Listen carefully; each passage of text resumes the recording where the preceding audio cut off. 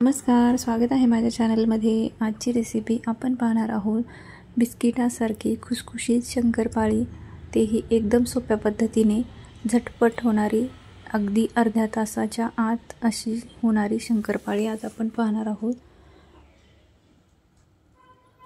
खूप सोपी रेसिपी आहे। त्यापूर्वी तुम्ही जर माझ्या चॅनलला सबस्क्राइब केलं नसेल तर माझ्या चॅनलला सबस्क्राइब करा आणि बेल आयकॉनवर क्लिक करा। व्हिडिओ जर आवडला असेल तर व्हिडिओला पण लाईक करा। चला तर मग सुरुवात करूया आपल्या रेसिपीला। एक मोठी कढई घेतलेली आहे। आता त्यामध्ये आपल्याला तूप घालायचं आहे। तूप मी येथे अर्धी वाटीला थोडंसं जास्त तूप घातलेलं आहे आणि 1 वाटी दूध घालायचं आहे। दूध 1 वाटी, साखर 1 वाटी आणि तूप थोडंसं त्यापेक्षा कमी घ्यायचं आहे। साखर जर जास्त आवडत असेल तर पूर्ण 1 वाटी घेऊ शकता। जर कमी गोड आवडत असतील तर साखर थोडीशी वाटीला कमी पण घेऊ शकता। आता आपल्याला हे मिश्रण फक्त विरघळून घ्यायचं आहे। थोडीशी उकळी येऊ द्यायची आहे आणि आता त्यामध्ये आपल्याला मैदा घालायचा आहे।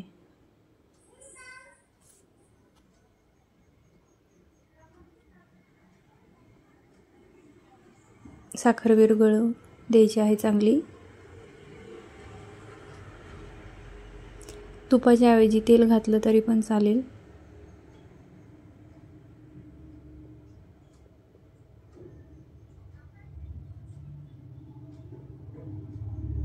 साखर आपल्याला पूर्ण विरघळू द्यायची आहे।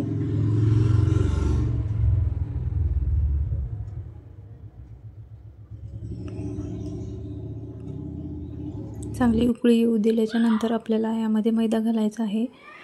यामध्ये जेवढा आपल्याला मैदा बसेल तेवढा घालायचा आहे आणि पीठ फक्त आपल्याला मळून घ्यायचं आहे।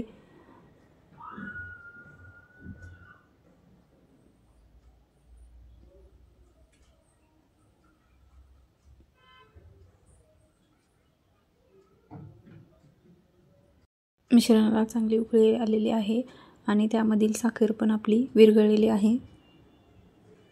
आता यामध्ये आपल्याला मैदा घालायचा आहे।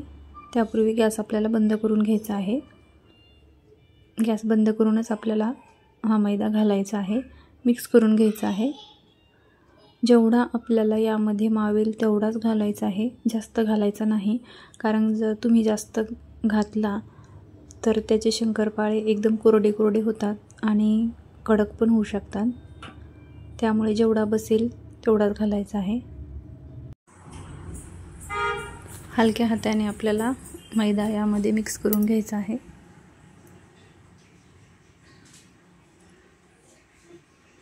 अजून आपण टाकणार आहोत।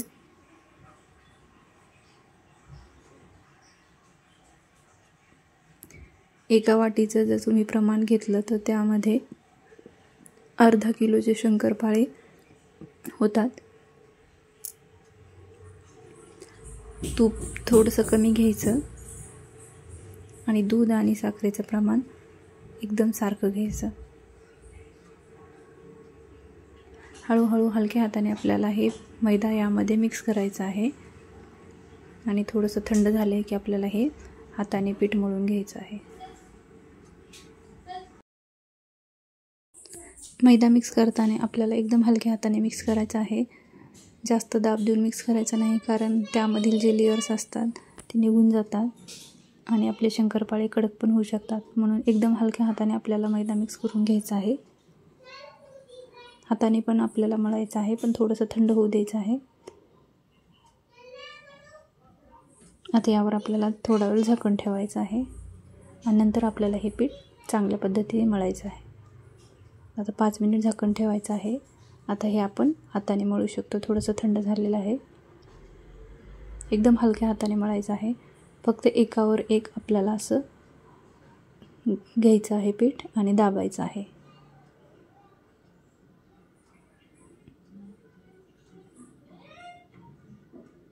कारण तुम्ही जर हाताने मळलं जास्त तर शंकरपाळे चांगले होत नाही। म्हणून अशा पद्धतीनेच आपल्याला पीठ मळायचं आहे। एकावर एक लेयर्स त्याचे येतील अशा पद्धतीने। म्हणून आपल्याला हे पीठ मळताना एवढी काळजी घ्यायची आहे।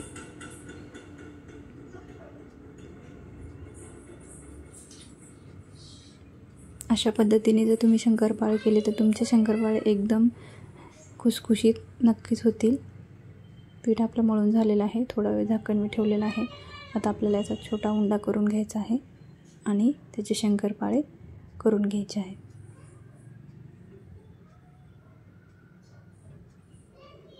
पोळपाटावर लाटून घ्यायचं आहे. छोटीच पोळी आपल्याला लाटायची आहे, कारण की पातळ शंकरपाळ्याची पोळी लाटत नाही आपण, जाड ठेवायची आहे. अशा पद्धतीने छोटी करायची आहे. आता आपण याचे शंकरपाळे करून घेऊया. आपल्याला चाकूने पण करता येतात शंकरपाळे. एकसारखे कट करायचे आहेत आणि साईडचं जे आहे ते आपण नंतर पण त्यामध्ये मिक्स करू शकतो.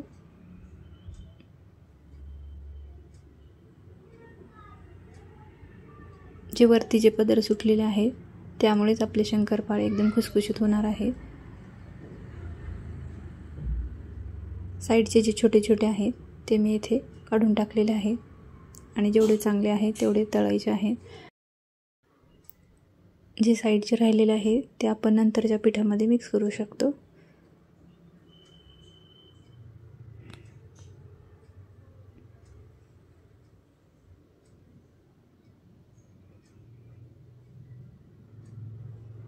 पोळी लाटताना फक्त जाड ठेवा.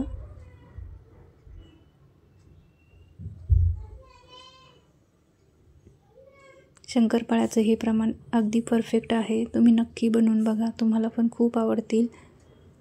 खूप खुसखुशीत आणि झटपट होणारी रेसिपी आहे. आता मी इथे केलेले पेपरवर टाकलेले आहेत. आता तेल गरम करायला ठेवलेलं आहे. आता त्यामध्ये बघूया आपलं तेल तापलं आहे का. तापलेलं आहे तेल.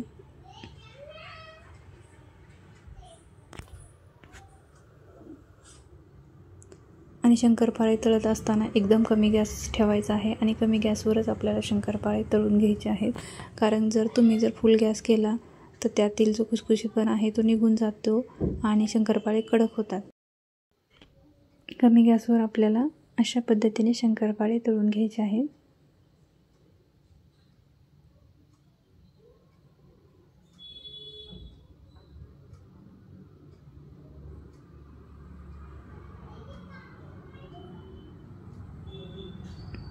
थोडे थोडे मी टाकत आहे आणि तळून घेत आहे. बघू शकता खूप छान अशी जाळी आपल्या शंकरपाळ्याला पडलेली आहे. लेयर्स पण खूप चांगल्या पद्धतीने आलेले आहेत. असे थोडे थोडे टाकून आपल्याला शंकरपाळे सगळे तळून घ्यायचे आहेत. थोडासा डार्क कलर ठेवायचा आहे, कारण नंतर तो कलर फेंट होत जातो. तळताना फक्त गॅस जेवढा कमी गॅसवर तळता येतील तेवढे कमी गॅसवर तळा.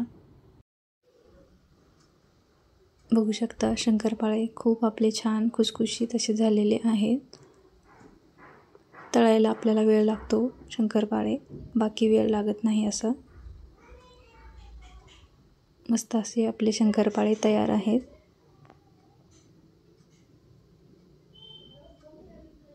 अर्धा किलोला थोडंसं पीठ कमी, अर्धी वाटी कमी असेल एवढे अर्धा किलोचे शंकरपाळे आपले तयार आहेत.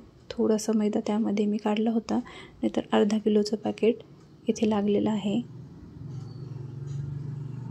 व्हिडिओ जर आवडला असेल तर व्हिडिओला लाईक करा आणि चॅनलला सबस्क्राईब करायला विसरू नका.